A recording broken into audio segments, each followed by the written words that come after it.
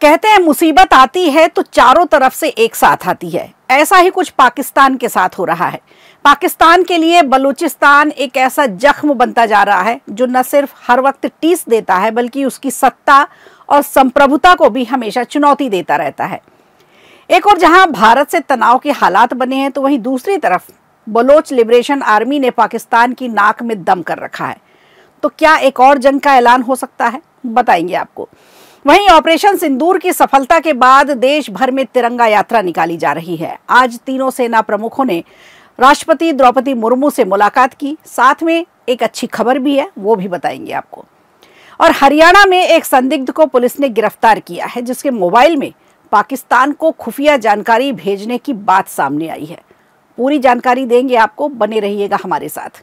नमस्कार, खबर प्रधान शो देख रहे हैं आप और मैं हूं संगीता श्रीवास्तव।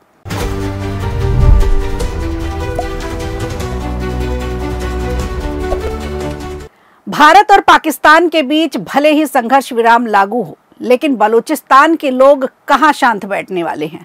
यहां विद्रोह जमकर जारी है। बलोच किसी के सुनने वाले नहीं, पाकिस्तान के लिए लगातार चिंता का कारण बने हुए हैं। नाक में दम करके रखा है बलोचों ने। हाल ही में पाकिस्तान के पंजाब से ताल्लुक रखने वाले 4 ट्रक ड्राइवरों की बलूचिस्तान में हत्या कर दी गई। इन ड्राइवरों को पहले अगवा किया गया।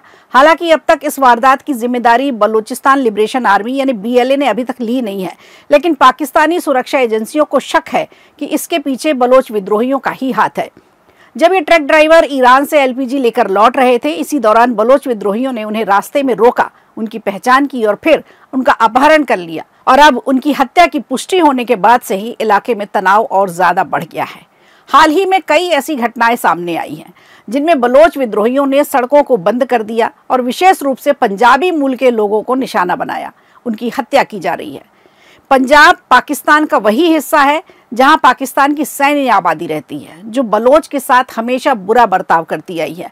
बलोच विद्रोहियों का आरोप है कि पाकिस्तान ने बलूचिस्तान की जमीन पर जबरन कब्जा कर रखा है और देश की सत्ता, सेना और राजनीति पर पंजाब के लिए एक तरफा दबाव बनाए रखा है, जबकि बलूचिस्तान को हमेशा नजरअंदाज किया जाता रहा। इस समय पाकिस्तान के कई इलाकों में इमरजेंसी जैसे हालात बन चुके हैं। लोगों को घरों में रहने की हिदायत भी दी गई है। इस बीच BLA ने दावा किया है कि उसने पाकिस्तान सेना पर हमला किया। बलोच लिबरेशन आर्मी यानी BLA ने दावा यह भी किया है कि उसने 1/3 बलूचिस्तान पर कब्जा कर लिया है, पाकिस्तान का झंडा उतार दिया है। BLA का दावा है कि पाकिस्तानी सेना अपनी चौकी छोड़कर भाग चुकी है। BLA ने अफगानिस्तान, ईरान से सटे हिस्से पर भी कब्जे का दावा किया है। इस बीच पाकिस्तान के कई इलाकों में इमरजेंसी जैसे हालात बन चुके हैं। लोगों को घरों से निकलना मुश्किल हो गया है। तो पाकिस्तान के लिए तो ना अंदर चैन है, ना बाहर सुकून है। पाकिस्तान के खिलाफ बलूचिस्तान ने मोर्चा खोल दिया है, तो मानकर चलिए कि पाकिस्तान चौतरफा घिर चुका है और उसकी उल्टी गिनती अब शुरू हो चुकी है।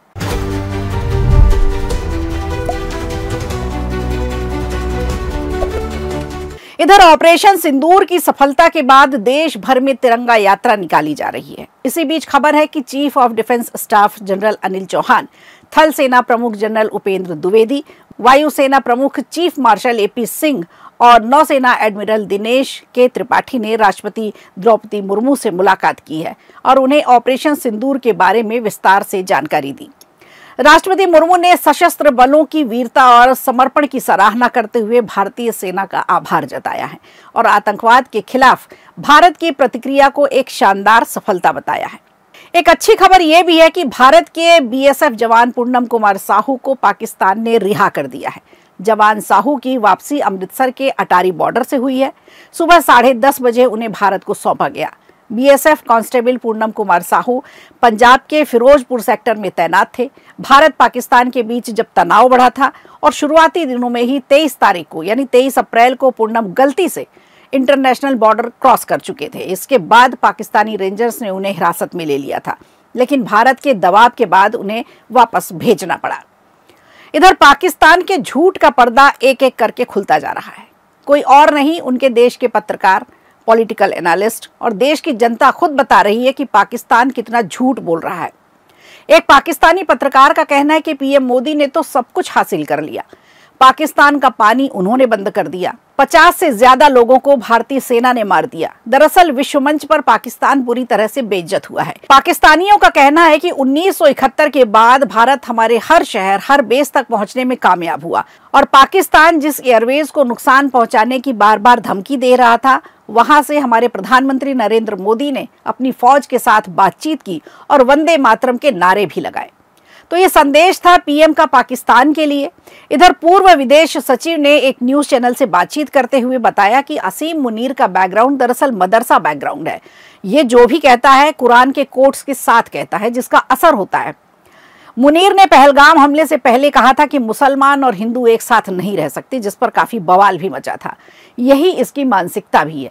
पहलगाम का हमला करने की योजना इसने पहले से बना रखी थी। हाई रेजोल्यूशन सैटेलाइट फोटो देने वाली एक फर्म से इन्होंने 1 करोड़ रुपए खर्च करके मैक्सस्टार टेक्नोलॉजी से 30 से ज्यादा फोटो पहलगाम के खरीदे। फरवरी में इन्होंने इससे खरीदा था और अप्रैल में पहलगाम हमले के 1 सप्ताह पहले फिर से हाई रेजोल्यूशन फोटोज मंगवाए थे। अब पाकिस्तान मूल के जो लोग अमेरिका में रह रहे हैं, जो आईएसआई द्वारा वहां प्लांट किए गए हैं, तो उन्होंने भी इन तस्वीरों को खरीदकर पाकिस्तान के आतंकवादी संगठनों को दिया। ये पूरी तरह से एक ऑर्गेनाइज्ड हमला था। उनका इरादा पहले से ही तय था कि भारत के ऊपर इस तरह से आतंकवादी हमला किया जाएगा, लेकिन उन्हें ये नहीं पता था कि भारत की तरफ से इस तरह से प्रतिक्रिया आएगी और भारत इस तरह से पाकिस्तान को मुंहतोड़ जवाब देगा। हालांकि 2 दिन बाद ही सीज फायर का प्रस्ताव लेकर पाकिस्तान खुद आया था। दरअसल उनके हथियार खत्म हो भारत की ओर से पिटाई पड़ रही थी, वहीं भारत की तरफ से कड़ी प्रतिक्रिया दी जा रही थी और उनके एयरबेस पर ब्रह्मोस मिसाइल दागे जा रहे थे। इस दौरान ना ही अमेरिका उनके साथ था, ना ही कोई और दूसरा देश सिवाय तुर्की को छोड़कर। इधर भारतीय सेना के अदम्य साहस के साथ साथ S-400 भारत का मजबूत एयर डिफेंस सिस्टम भी साथ था, जिसने पाकिस्तान को सबक सिखाने में कोई कसर नहीं छोड़ी।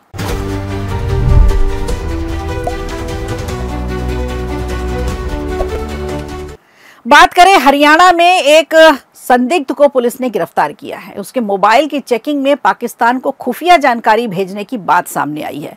अंदेशा जताया जा रहा है कि पाकिस्तानी जासूस हो सकता है। उसका आईएसआईएस के एजेंट से कनेक्शन भी सामने आया है। उत्तर प्रदेश के शामली जिले का रहने वाला है ये शातिर। ऐसे में जांच टीम उसे शामली लेकर भी पहुंची। जनपद शामली के कैराना के रहने वाले नोमान इलाही को पानीपत सेक्टर 29 की पुलिस ने गिरफ्तार किया है। पकड़ा गया आरोपी कैराना का निवासी है। हरियाणा पुलिस के मुताबिक नोमान इलाही पर पाकिस्तान के लिए जासूसी करने का बड़ा आरोप लगा है। बुधवार सुबह होते होते पानीपत सीआईए आरोपी को साथ लेकर कैराना पहुंची और मनी ट्रांसफर के मामले में जनसेवा केंद्र संचालक से पूछताछ की। दरअसल सीआईए हरियाणा कैराना नगर के मोहल्ला बेगमपुरा निवासी नोमान इलाही के साथ यहां पहुंची थी और गंभीर आरोपों को लेकर पूछताछ की जा रही थी। माना जा रहा है पानीपत से पाकिस्तानी जासूस को गिरफ्तार कर हरियाणा पुलिस ने बड़ी कामयाबी हासिल की है। पुलिस के मुताबिक नोमान पाकिस्तान में मौजूद एक संदिग्ध आतंकी इकबाल के संपर्क में था और व्हाट्सएप और अन्य सोशल मीडिया प्लेटफॉर्म के माध्यम से उससे जुड़ा हुआ था। भारत की कई संवेदनशील जानकारियां पाकिस्तान भेज रहा था। हरियाणा के एडीजी जो क्राइम के हैं कुलदीप यादव, उन्होंने मीडिया से बातचीत करते हुए बताया कि आरोपी से पूछताछ में सामने आया है कि वो एक लंबे समय से पाकिस्तान के एक हैंडलर के संपर्क में था। उसके पास से जो मोबाइल जब्त हुआ है, डिजिटल सामग्री मिली है, उसकी फॉरेंसिक जांच कराई जा रही है। इसके अलावा ये भी पता चला है कि किन सरकारी संस्थाओं और ठिकानों की जानकारी साझा कर रहा था ये, और उसकी भी जांच हो रही है। पुलिस ने आरोपी के कब्जे से मोबाइल फोन, लैपटॉप, दस्तावेज जब्त किए हैं। शुरुआती जांच में कई सुराग हाथ लगे। आशंका जताई जा रही है कि इसके संबंध किसी बड़े नेटवर्क से हो सकते हैं, जो देश की खुफिया जानकारी हासिल करने के लिए इसका इस्तेमाल कर रहे हैं। जांच एजेंसियां अब इस मामले को राष्ट्रीय सुरक्षा से जुड़े पहलू के तहत गंभीरता से ले रही हैं। आरोपी के पिछले संपर्कों और गतिविधियों की कड़ी निगरानी की जा रही है। इधर सुप्रीम कोर्ट ने आज एक ऐसा फैसला दिया है जिससे एक बार फिर मायूसी हाथ लगी है, खासकर उन लोगों को जो आतंकवाद के खिलाफ लड़ाई लड़ रहे हैं, क्योंकि सबूतों के अभाव में एक आरोपी जेल जाते जाते रह गया। दरअसल आईएसआईएस से संबंध रखने वाला आरोपी अम्मार रहमान की जमानत याचिका रद्द करने से कोर्ट ने इनकार कर दिया है। जस्टिस सूर्यकांत की अगुवाई वाली बेंच ने पाया कि रहमान के मोबाइल फोन से मिले सबूत उसे आईएसआईएस का सदस्य साबित करने के लिए पर्याप्त नहीं है। और उसके खिलाफ अन्य साक्ष्य भी उसे दोषी ठहराने के लिए काफी नहीं है। तो सरकारी वकील न सबूत पेश कर पाए, ना ही कोई अन्य साक्ष्य। हालांकि कोर्ट ने यह निर्देश दिया कि ट्रायल की प्रक्रिया पूरी होने तक रहीमान विदेश नहीं जा सकता, जब तक कि उसे कोर्ट से पूरी अनुमति न मिल जाए।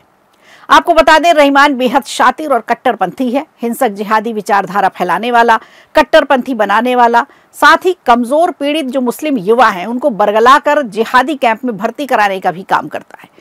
इसके लिए सोशल मीडिया प्लेटफॉर्म पर उसने कई चैनल बना रखे हैं। उस पर जो आरोप लगाए गए हैं वो एक नज़र में अगर देखें तो ये बेहद संगीन आरोप हैं और उसके साथियों ने आतंकवादी गतिविधियों को अंजाम देने के लिए पहले जम्मू कश्मीर को चुना और ISIS नियंत्रित क्षेत्रों में जाने की बड़ी योजना बनाई। तो इस तरह से पूरा नेटवर्क जो चल रहा था उस पर एक लगाम लगेगी, क्योंकि अब ये पकड़ में है पुलिस की और जांच की जा रही है। तो खबर प्रधान में आज के लिए इतना ही। दीजिए इजाजत, नमस्कार। वीडियो अच्छा लगा हो तो लाइक कीजिए, शेयर कीजिए और कमेंट बॉक्स में हमें जरूर बताइए।